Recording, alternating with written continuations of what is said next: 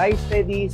For today, mag-install tayo dito sa Toyota Fortuner ng Profender Twin Series at saka ang kanyang wheelset na SCS rims and BFG KOT.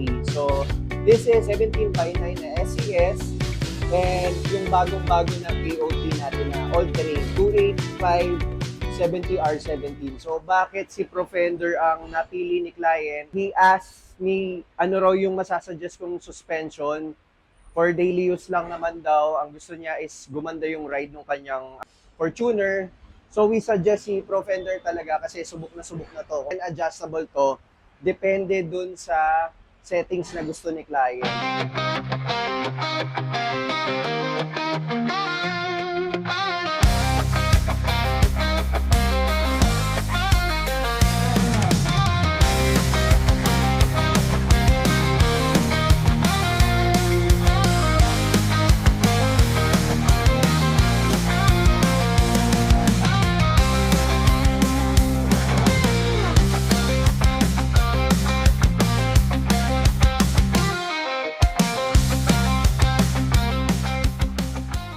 And this is the finished product of our setup, Toyota Fortuner.